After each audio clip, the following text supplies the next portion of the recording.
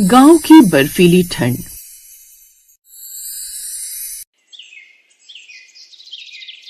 पहाड़ों से घिरे छोटे से गांव बर्फानीपुर में सर्दी हर साल कुछ ज्यादा ही सख्त होती थी। दिसंबर की शुरुआत होते ही धुंध ऐसे उतरती मानो किसी ने पूरे गांव को रुई में लपेट दिया हो। रात को गिरती बर्फ सुबह तक गलियों, छप्परों और खेतों को सफेद चादर में ढक देती। उस रोज भी बाहर कोहरे की काफी धुंध थी, मगर हवा में अब भी सुई सी चुभन थी। साधना देवी ने अपनी बहू अंजलि से कहा, अरे बहू उठ जा, चूल्हा बाद में जला लेना, पहले बाहर जरा गैया को देखा। माँ जी हाथ पाँव सुन्न हो रहे, जरा आग जला लूं फिर उठती हूँ। अरे आग बाद में जलेगी, पहले गाय को चारा तो डाल, ठंड उसकी भी जान ना ले ले कहीं। पता है ना उस मनोहर की बकरी ठंड में बाहर रहने के कारण ही मर गई थी। जा गैया को पहले देखा।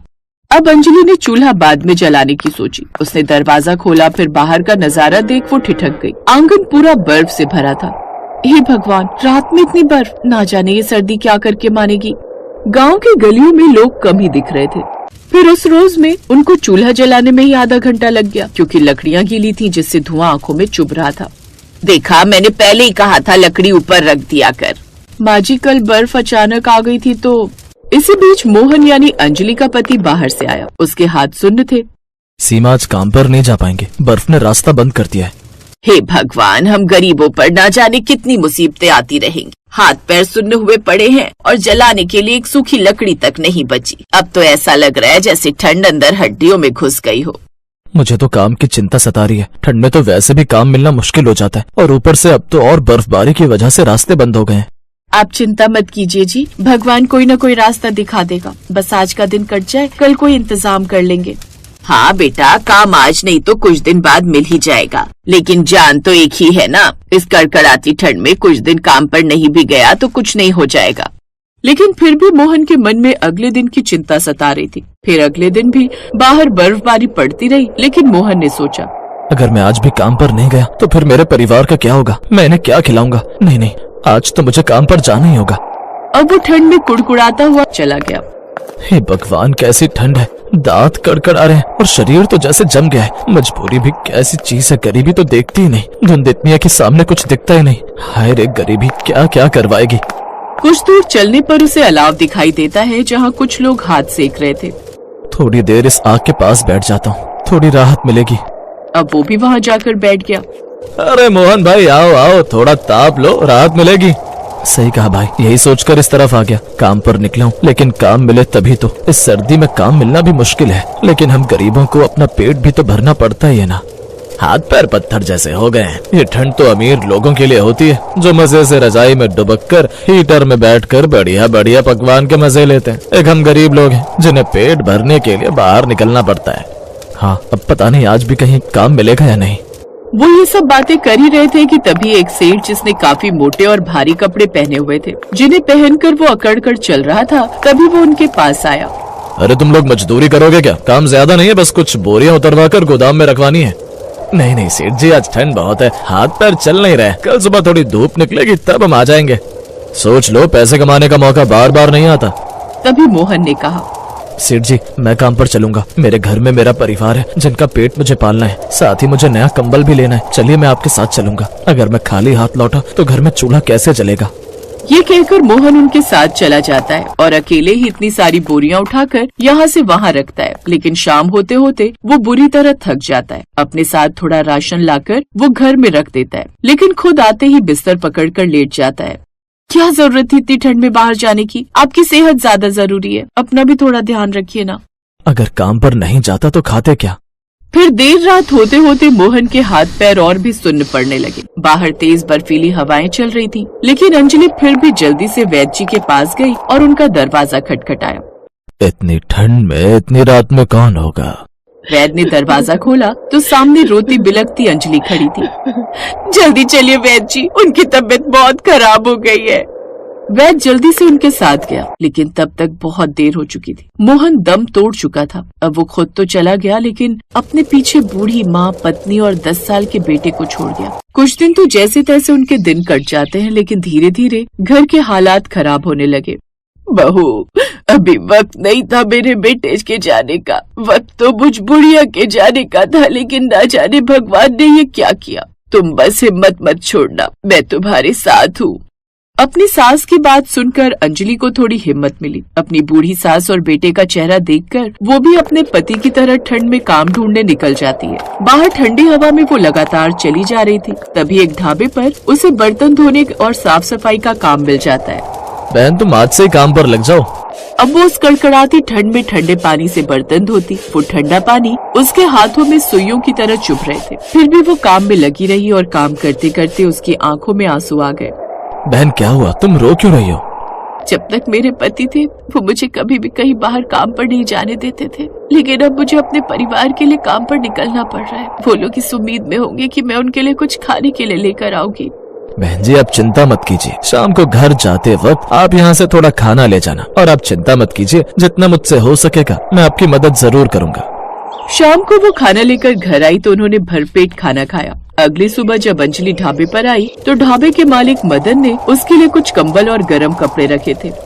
बहन कल सारी रात तुम्हारे दुख के बारे में सोचकर मन भारी रहा। ये लो, ये कुछ मदद मेरी तरफ से रख लो। आपका बहुत बहुत शुक्रिया मालिक, लेकिन मैं ये दया। नहीं नहीं बहन, ये दया नहीं बल्कि आपकी हिम्मत के लिए है। कल आप इतनी ठंड में भी जिस तरह बर्तन धोती रही वो सचमुच काबिले तारीफ है। ये कोई दया नहीं है, बस एक भाई की तरफ से थोड़ी मदद है। आपका बहुत बहुत शुक्रिया मालिक। शाम को अंजलि जब खाना और कंबल और गर्म कपड़े लेकर घर आई तो सब बड़े खुश हुए। तू तो बड़ी हिम्मत वाली और मेहनती है बहू। आज तेरी मेहनत के कारण हम गरीबों को भी ये नया गरम कंबल और गरम कपड़े नसीब हुए। आप खुश हैं माँ जी, तो मुझे और कुछ नहीं चाहिए। अपने परिवार को खुश देखकर अंजलि भी काफी खुश थी। अब वो और भी दिल लगाकर ढाबे पर काम करने लगी। वो वहाँ बर्तन धोने, साफ सफाई और कभी कभी तो खाना भी बनाने लगी। उसके हाथ का खाना सबको पसंद आने लगा। कुछ दिन बाद मालिक ने उसे सिर्फ खाना बनाने का काम दे दिया, साथ ही उसकी पगार भी बढ़ा दी। अब उनका ढाबा बहुत अच्छा चलने लगा और मदन और अंजलि के बीच भाई बहन जैसा बंधन बंध गया।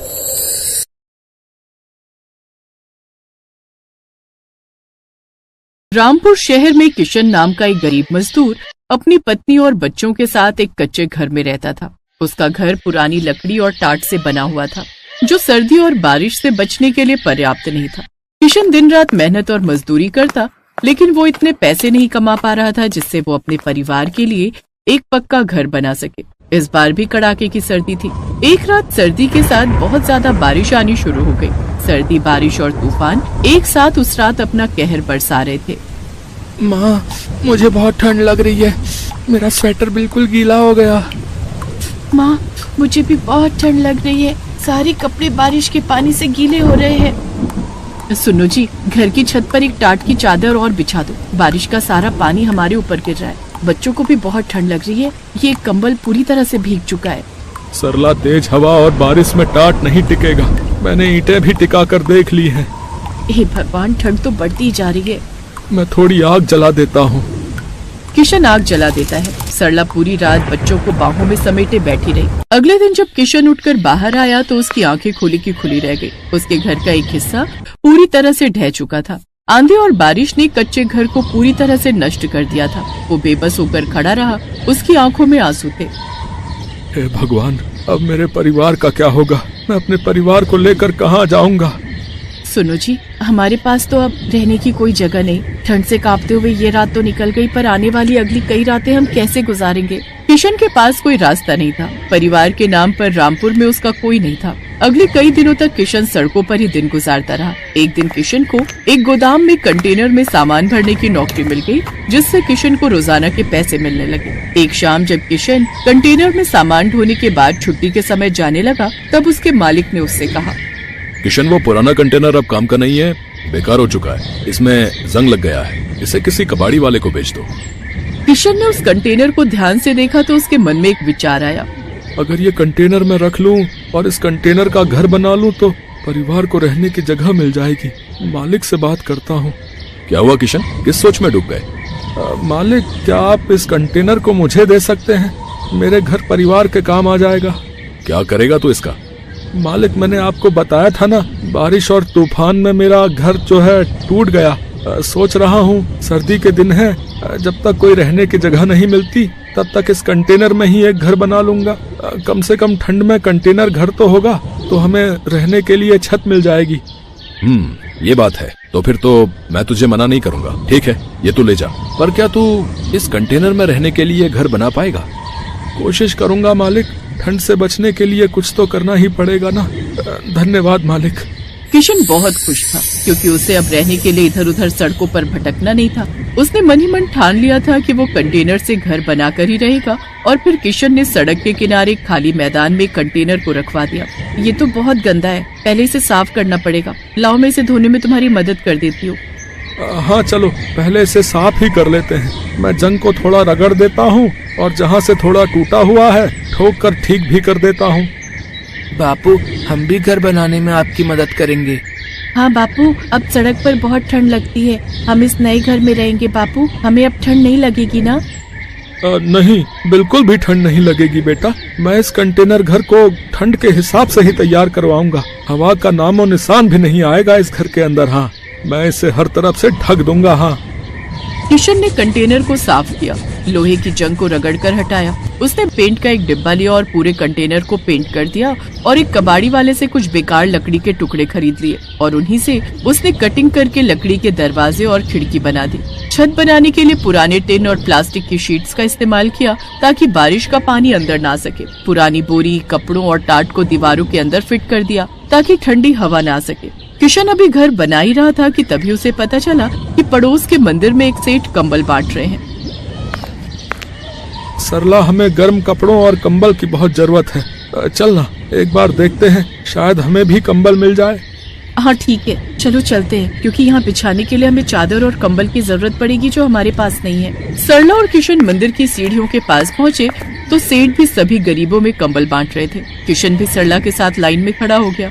अभी किशन कंबल लेने ही लगा था कि तभी उसका मालिक जहाँ पर वो काम करता था आ जाता है। नमस्ते सेठ जी, कैसे हैं आप? सही है, पुण्य का काम हो रहा है। सोच रहा हूँ मैं भी इस बार ठंड में थोड़े कंबल बांट दूं। हाँ हाँ, बिल्कुल बिल्कुल। अभी तो मकर संक्रांति आ रही है, उस पर भी मैंने पहले से ही सोच लिया है कि कुछ न कुछ दान जरूर करूंगा।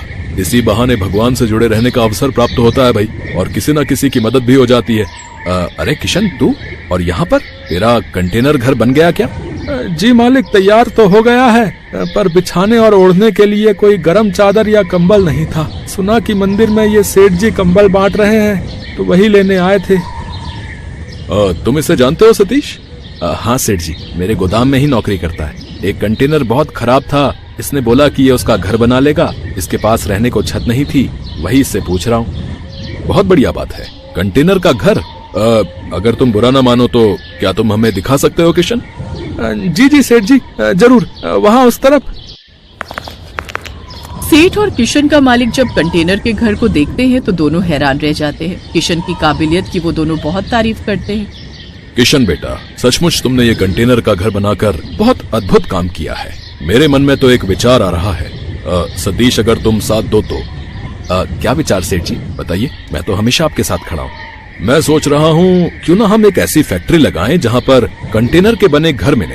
जिन लोगों के पास रहने के लिए घर नहीं होता वो इन कंटेनर के घरों में रहकर आराम से अपनी परेशानी दूर कर सकते हैं। बस हमें और तुम्हें उस कंटेनर के घर का दाम तय करना है। और हाँ, कंटेनर के घर बनाने का सारा दिमाग हमारे किशन का होगा। किशन भी इस काम में हमारा पार्टनर बनेगा। ये तो बहुत बढ़िया विचार है सेठ जी। नेक काम में देरी कैसी, हम इस प्रोजेक्ट पर काम करना शुरू कर देते हैं। किशन के हुनर ने उसे नई दिशा दी।